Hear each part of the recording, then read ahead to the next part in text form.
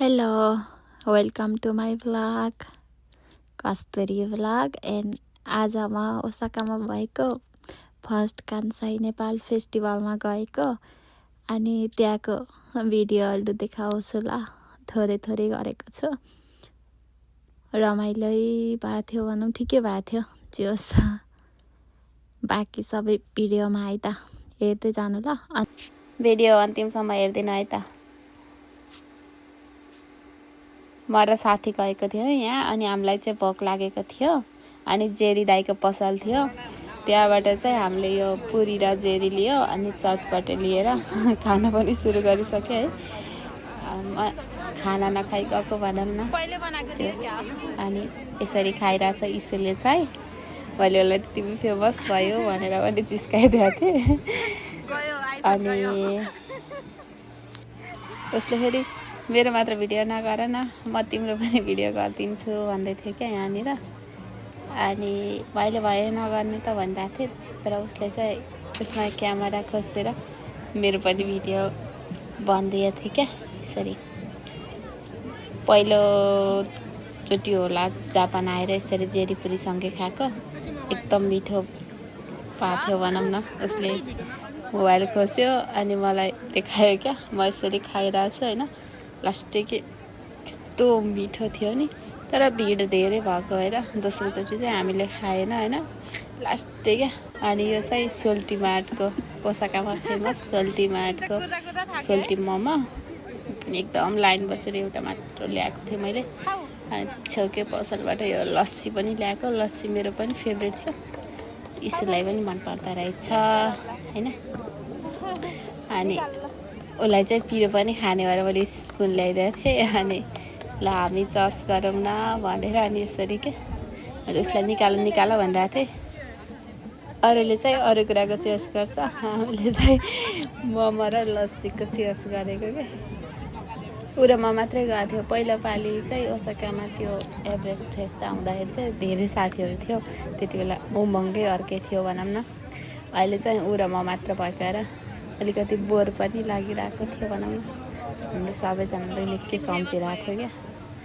अनि त्यही त हो, सबैको काम नमिल्ने त्यस्तै। अनि यहाँ चाहिँ म भ्लग बनाउँछु है भनेर अनि उसलाई लिएर हिँडेर अनि मैले यस्तो क्या सबै पसलहरूको थोरै भिडियो गरेको थिएँ।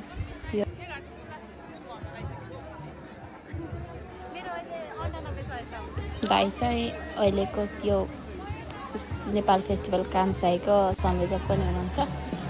अनि स्टेजतिरको के देखाउँछ त खासै रङ्ग त अहिले मलाई खै किन नलागेको नि। सबैजना पनि त्यसै भनिरहेको थियो मानुन्जेस। कस्तो भन्दा साउन्ड सिस्टम चाहिँ अलिकति सानो थियो। अनि साउन्ड सिस्टम सानो भएको भएर यसरी बसिरहेको। पहिला चाहिँ खुब नाच्ने मान्छे अनि अरू साथी पनि भेट भयो भनौँ न त्यहाँ गएपछि। अनि सबैजना रमाइलो गर्न चढेर यसरी बसिरहेको कि म्युजिक केही पनि सुनेको थिएन। अनि त्यो भइसकेपछि अनि ल हामीले नेपालको झन्डालाई पनि टाँस्यो यसरी। अनि यहाँ चाहिँ यो बिङ्गो गेम खेलाइरहेको थियो। हामीले पहिले पर्चिदिएको थियो क्या यो राकुटेन मोबाइलको पसलबाट, तर हामीले चाहिँ बिर्स्यो, हामी चाहिँ ढिला गयो। यता चाहिँ म पसलहरू देखाउँछु यता के कस्तो छ भनेर। धेरैजनाले भन्नुहुन्छ कि विदेशमा यो नेपाल फेस्टिभल भन्ने सुनिन्छ। फेस्टिभल भनेको त चाडपर्व हो। अनि फेरि चाडपर्व नभइकन पनि के हुन्छ र त्यस्तो, विशेष गरी जापानमा चाहिँ जहिले नेपाल फेस्टिभल यस्तो हुन्छ भनेर भन्नुहुन्छ। यो चाहिँ खास गरी त्यस्तो पर्व त होइन कि, तर अब विदेशी समाजमा बसेको हामी नेपालीहरू चाहिँ एकसाथ जम्मा हुने होइन। कुनै एउटा निश्चित ठाउँ लिएको हुन्छ एनआरएनए अथवा आयोजक टिमले। अनि त्यो ठाउँमा चाहिँ एउटा स्टेज हुन्छ जसमा चाहिँ अब नेपालबाट कुनै कलाकार ल्याउने अनि त्यसपछि जापानमा भएकोहरूले पनि प्रस्तुति गर्ने। अनि यसरी चाहिँ नेपालमा मेला लाग्दा जसरी स्टलहरू राखेर अनि नेपाली सामानहरू बेच्ने अनि यसरी जस्तै संस्कृतिहरू झल्काउने टाइपको कपडाहरू, फोटो फ्रेमहरू पनि राख्ने अनि नेपाली खानाका परिकारहरू पनि पाउने हुन्छ होइन। अनि यसरी गेमहरू पनि खेलाउने। यसलाई चाहिँ एउटा पर्वको रूपमा लिइन्छ भनौँ न, जसरी आफ्नो दुःख भुलाउने। अझ भनौँ न जापानी समाजमा चाहिँ नेपालको संस्कृतिहरू यस्तो छ भनेर देखाउने टाइपको। अब यसो बाहिरबाट हेर्नेहरूलाई पनि यहाँ के रहेछ भन्ने हुने, अनि नेपालीहरू जम्मा हुने, रमाइलो गर्ने एकै ठाउँमा भनौँ न। यो कुरालाई चाहिँ यहाँ फेस्टिभलको नाम दिइन्छ। जापानका विभिन्न ठुला ठुला सहरहरूमा चाहिँ हरेक फरक टाइममा हुने गर्छ। यसरी चाहिँ म स्टेजतिर आएँ। उहाँ सिस्टर चाहिँ जापानिज हो, उहाँले चाहिँ नेपालीसँग बिहे गर्नुभएकोले यसरी नेपाली संस्कृतिमा रमाउनु भएको छ भनौँ न। उहाँले चाहिँ साह्रै मिठो गीत गाउनु भएको छ। बाँकी उहाँको गीत सुन्नुहोस् है त।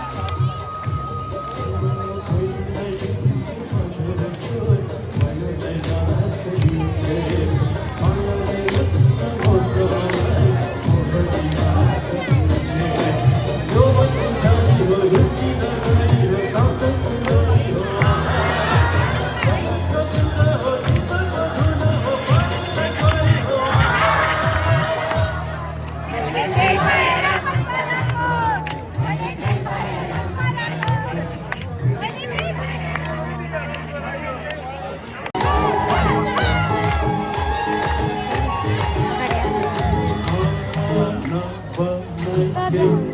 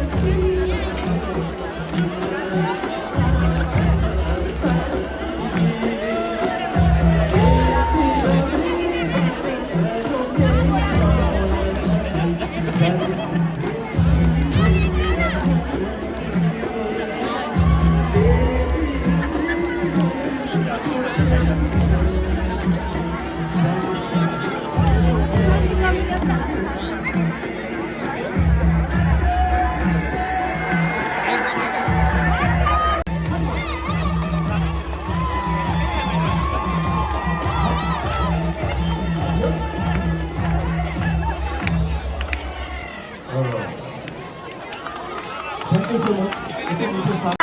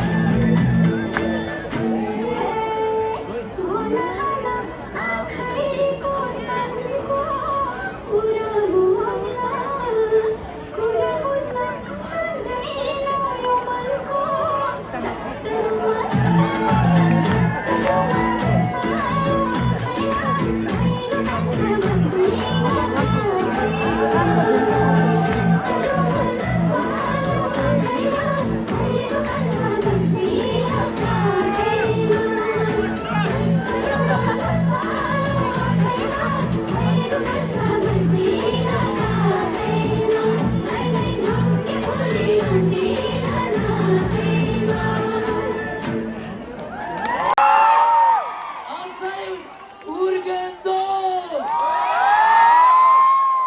हामी स्टेजमा आमन्त्रण गर्न चाहन्छौँ अबको क्रममा भने म स्टेजमा आमन्त्रण गर्न चाहन्छु आफैमा कुशल स्वरका धनी उर्गेन्दोजीलाई म स्टेजमा आमन्त्रण गर्न चाहन्छु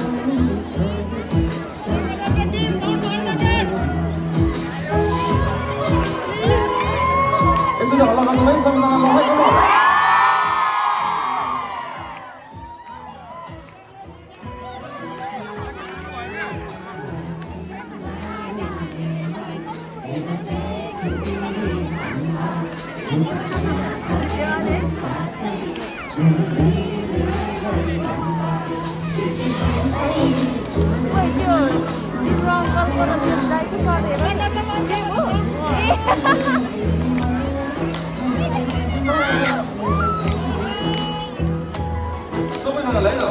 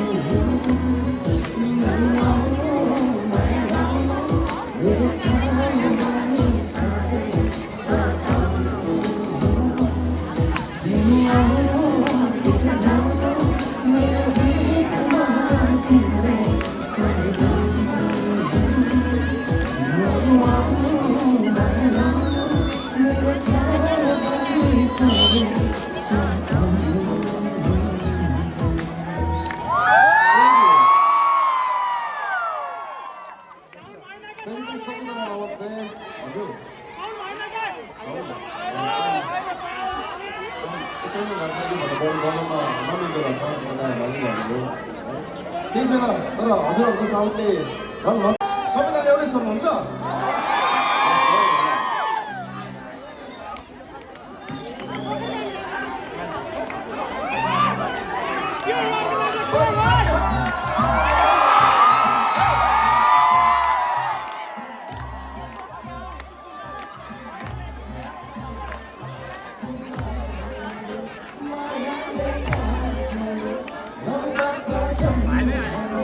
Happy birthday.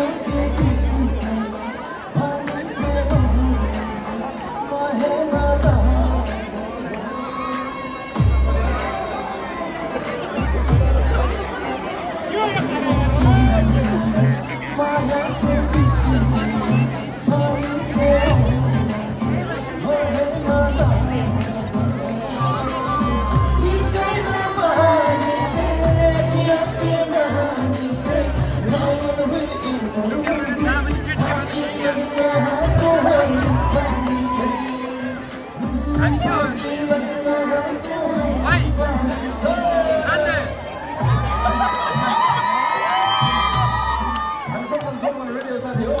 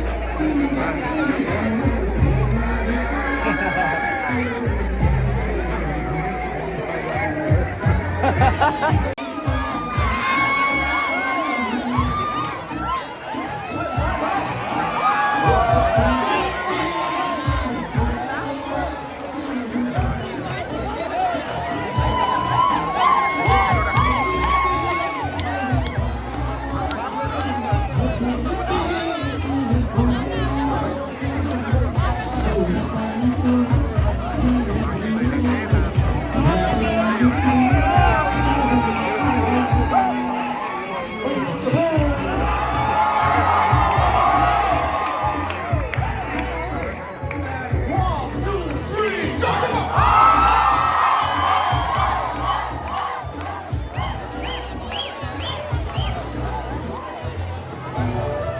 않는 단어 없다.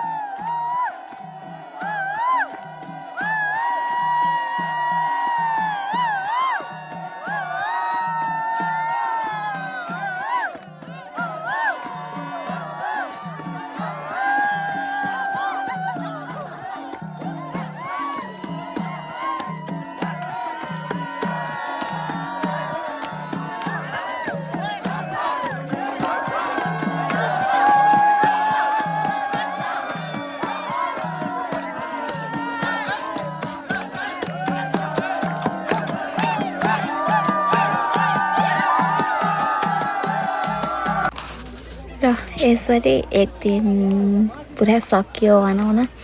हामीहरू अलिकति छिटो निस्क्यौँ, थाकेको पनि थियो अनि खासै रमाइलो पनि थिएन। अर्को दिन बिहानै काम पनि थियो अनि हामी चाहिँ यसरी बेलुका पख चाहिँ मैले लास्टमा अलिकति देखाउँदै यसरी निस्केँ। अनि यहाँनिर यस्तो स्वयम्भूको स्तूपा टाइपको पनि बनाएको छ। यसमा चाहिँ फोटो खिच्नहरूको धेरै भिड भएर मैले टाढाबाट लिएँ। अनि यसरी नेपाली खानाहरूको पनि एकदम भिड भनौँ अथवा त्यस्तो नेपाली खानाहरू चाहिँ टन्नै थियो। हरेक हरेक पसलमा अलग अलग टाइपको अथवा कसैले चाहिँ उस्तै मोमो पानीपुरी अनि चटपटे चाहिँ लगभग हरेक रेस्टुरेन्ट जस्तोमा थियो भनौँ न। मान्छेहरू चाहिँ बेलुका पख चाहिँ एकदम धेरै थियो यहाँनिर दिउँसोभन्दा पनि। अनि सबैजना आफ्नो आफ्नो धुनमा यसरी रमाइरहेका छन् भनौँ न। हरेक दुःख पीडाहरूलाई यसरी बिसाए एकछिनलाई भए पनि भनेर बुझाउन हामीहरू। रमाइलो थियो माहौल जे होस्। गेट चाहिँ यसरी बनाएको थियो अनि हामी चाहिँ फर्कियो। यति नै। Thank you for watching. Bye by.